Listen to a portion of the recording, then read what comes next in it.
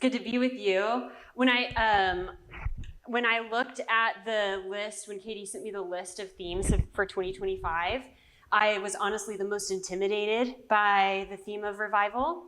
And so quickly scanned past May to see what other options there might be available to me. But to me, that became the indicator that I should probably just choose this one, right? And that maybe take the time to not just speak to you about this word, but to address it personally. And so since choosing this word, I've lived with it in a way that I've wanted to make sure and wonder, like, why was I initially so afraid to choose this word? One reason I was intimidated by it is because of my history with this word. I've been to a religious revival before. It's not a space I hope to return to. It's not an environment where my faith finds its home.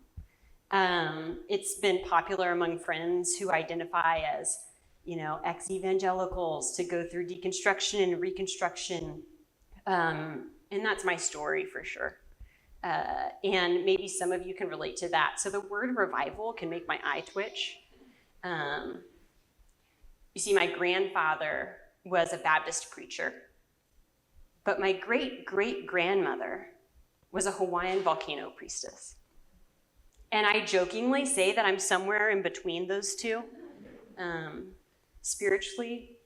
So my story is also one of a multicultural person who has found herself not quite Hawaiian or Chinese enough in some spaces, and too Hawaiian and Chinese in other spaces. Some of you may relate to that reality. It's pretty common for my generation in America to feel that way in some way, shape, or form. But it's actually in this tension where I've found belonging through a different type of revival. And I'll share how diving into my Hawaiian ancestry has guided me into new understandings of myself and the inheritance that I steward. And I must share that I'm still a student of this ancestry. I hope to be a student of it the rest of my life. But more on that in a little bit. So before I go on, I want to say that I love my job, for the reason I get paid. I've got some team members in here, so I'm grateful that they're here. But I'm actually not going to talk much in this portion about what I do day to day as the director of storytelling for the H.E. Butt Foundation, except for these few sentences I'll share. And I have to just say, I talk about my work all the time in rooms much bigger than this, and this is terrifying. Because I'm talking about me, and that is pretty radically vulnerable position to be in. And so for those of you who are used to seeing me and talk about my work, just know I'm internally cringing in so many ways, in ways that I'm not normally behind a mic. But and I'm happy to answer more questions about the work during Q&A if you'd like. But I arguably have the best job title in the city of San Antonio. People mean a lot of different things when they say storytelling. So let me shed some light on what we mean. We center our storytelling efforts on social, racial, and economic inequity in San Antonio. As one of the most segregated and impoverished major U.S. cities, there's a lot to be said and learned about the manifestation of these realities and how they have been developed over time. But basically, our city, like most in our country, was designed to be divided. I wake up every morning and often stay up at night thinking about how the sharing of stories can shift deeply held narratives that keep us divided. So that's my teaser for that. More on that later, maybe if you're curious. But when I think about story, I think about my tutu. That's the word for grandparent in Hawaiian. I grew up with her saying, "Elizabeth, let's talk story. Let's talk story." And that was an invitation to unpack our day together. It was also an invitation to gossip a little bit, maybe. My Hawaiian culture has informed much of who I am, but I didn't grow up on the islands. And I don't speak the language, even though I grew up dancing hula, eating Hawaiian food, listening to Hawaiian music, and with Hawaiian words in our house. But it wasn't until as an adult, and in fact, finding my grandfather's journal. This journal began the day he shipped out of Pearl Harbor a month before the Pearl Harbor attack. It wasn't until finding that journal that I engaged deeply with ancestral stories, knowledge, culture, and practices. So today, I will share about revival through the lens of the Hawaiian culture, as this experience of re-engaging my own culture and racial identity has been a revival of sorts. In Hawaiian, the word ho'uuluhau means to grow again or to revive. It speaks not just to renewal and regeneration, a pulse of life that never fully disappears, even when it seems hidden or lost. Revival in this context is not about recreating the past for nostalgia's sake. It's about reawakening a deep and enduring source of identity, relationship, and spirit. Has anyone ever been to Hawaii? Can you raise your hand? Has anyone ever, my neighbor who grew up there, anyone ever been to Oahu? Of course, Heidi who grew up there. It's good. Has anyone ever been to Pearl City? That's where my family's from. So if you've been there, many of you have been there, you've seen pictures maybe.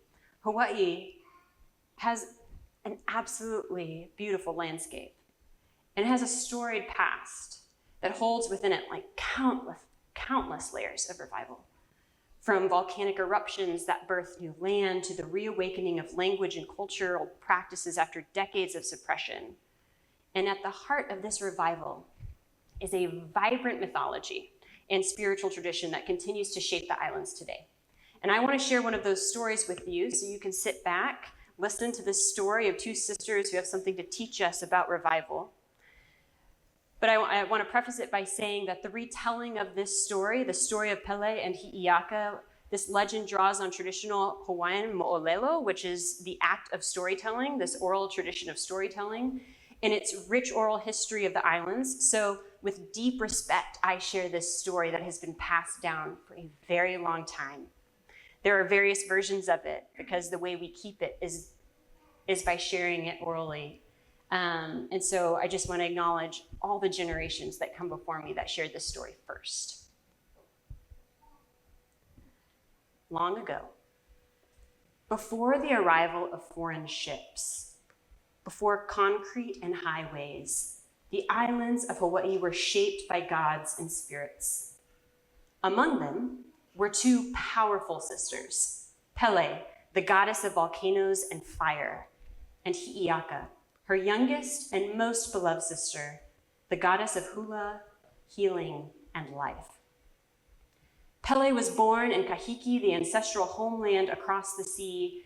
She came to Hawaii guided by the call of creation.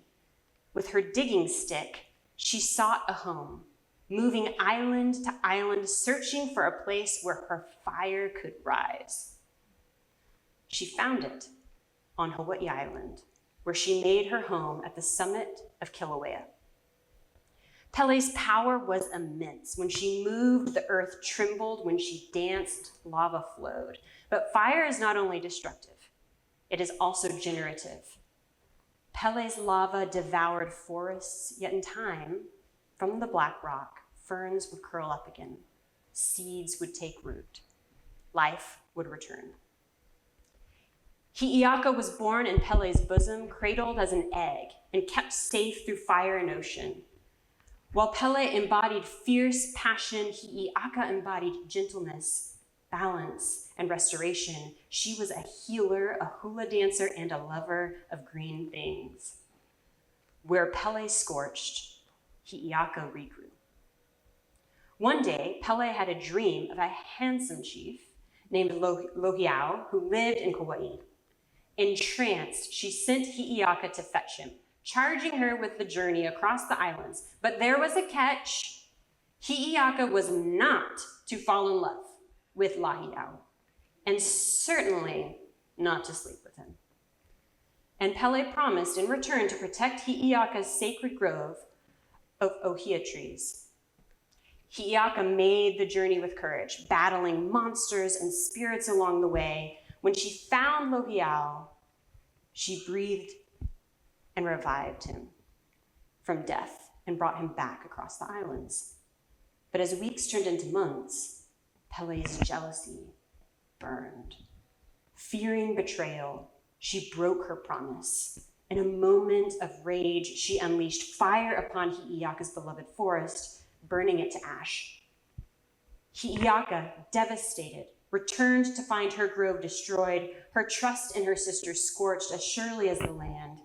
In grief and anger, she embraced Lohiau, breaking her vow. Pele, in turn, responded with more destruction, trying to consume them both. But even in this cycle of fury and heartbreak, something profound remained. After fire came growth. The forest did not stay dead. Shoots returned, rain fell, the land healed. And over time, the sisters found their way back to one another. Not the same as before, but changed, transformed, acknowledging that creation and destruction are not opposites, but part of the same cycle. In Hawaiian belief systems, the land is not separate from spirituality of people. It reflects our relationships, our stories, our lessons. The tale of Pele and Hi'iaka teaches us that destruction is not always an end, and that regrowth often requires clearing away what no longer serves. Pele burns, sure, but in so doing, she prepares the land for her sister, for Hi'iaka to return, to replant, and to revive it. These gods and goddesses are not distant deities. They live in the wind, they live in the rain, they live in volcanoes and in ocean swells. They are our ancestors. They are guides and they are metaphors. Their stories remind us that revival is part of a cycle rooted in rhythm, patience, and relationship with the natural world. Together, they remind us that true revival is not the absence of loss. It's what grows in its wake. In the late 19th and early 20th centuries, Hawaiian language was banned in schools, hula was discouraged, sacred practices were labeled as pagan and primitive. But despite this suppression, the stories didn't disappear. The chants weren't silenced forever. The roots remained, and they waited. In the 70s came the Hawaiian Renaissance. This was a cultural revival. People began to reclaim what had been buried. Elders began teaching Olelo Hawaii, the Hawaiian language. Young people learned to paddle traditional canoes. These canoes are called wa'as, and they learned to travel them across vast oceans, guided by the stars like their ancestors. Hula, once delegated to entertainment for tourists, returned as a deeply spiritual and historical practice, rich in meaning and in connection. Hula is not just a dance. It is a storytelling tradition, a way of recording genealogies, histories, and prayers. Through hula, the body becomes the voice of the ancestors. And I'm grateful for Atutu, who made it her mission to make sure every grandchild knew, learned, and embodied hula. Mele, or song, carries the soul of the people. Each chant is a bridge between generations, between the earth, between the sky, between the past and the present. This is not just a revival of art. It was a revival of spirit, of resistance, and of truth. I woke up to Hawaiian music in my house regularly growing up. To this day, those songs remind me of family and the richness of slow mornings together. Language, too, became a vessel of revival. Today, there are immersion schools where children learn entirely in Olelo Hawaii. For many, learning the language is not only about communication, it's about remembering who you are. And I am on a journey to do that too, as I work to reconnect with this language. It's challenging. Revival in this sense is about reconnection to heritage, to purpose, and to identity. But revival is not only cultural and it is not only personal, it's also environmental, it's spiritual, and it's relational. In Hawaiian tradition, the land is not a resource, it's a relative. The phrase aloha aina means the love of the land. It is a guiding principle, a deep acknowledgement that the health of the land is tied to the health of the people. We see this in the movements to protect sacred sites like Mauna Kea. For many, the defense of Mauna Kea is not just about a telescope. It's about restoring balance, recognizing the mountain is an ancestor. Revival also happens in the soil and in the water. Across Hawaii, communities are restoring lo'ikalo, the traditional taro patches, reviving ancestral farming methods that are sustainable and spiritually rooted. Tutu tells me stories all the time of her mom's kalo patch, the pain of that patch, and the beauty of that patch. Others are rebuilding loko'ia, which are fish ponds, to work with the rhythms of the ocean to nourish communities. These acts of ecological revival, they're acts of ecological revival, but they are also acts of resistance and remembrance. They embody what it means to live in harmony with the wisdom of those who came before. My grandfather always said, Elizabeth, never forget the island. Never forget the island. What's ironic is I never grew up there. So he was asking me to remember some place. At one point in time, I'd never been, but certainly I'd never lived. But the pathways he and Tutu gave me were that of Hawaiian music, Hawaiian food, Hawaiian dance, and Hawaiian words. And my story of returning to those things as an adult, working to understand Hawaiian mythology, doing genealogy work, cultivating plumeria, that is revival. It doesn't always look like protest. It doesn't always look like performance. Sometimes it looks like tending to a plumeria tree I've inherited, or learning a hula that I've never danced before, or talking with my neighbor about Hawaiian spirituality.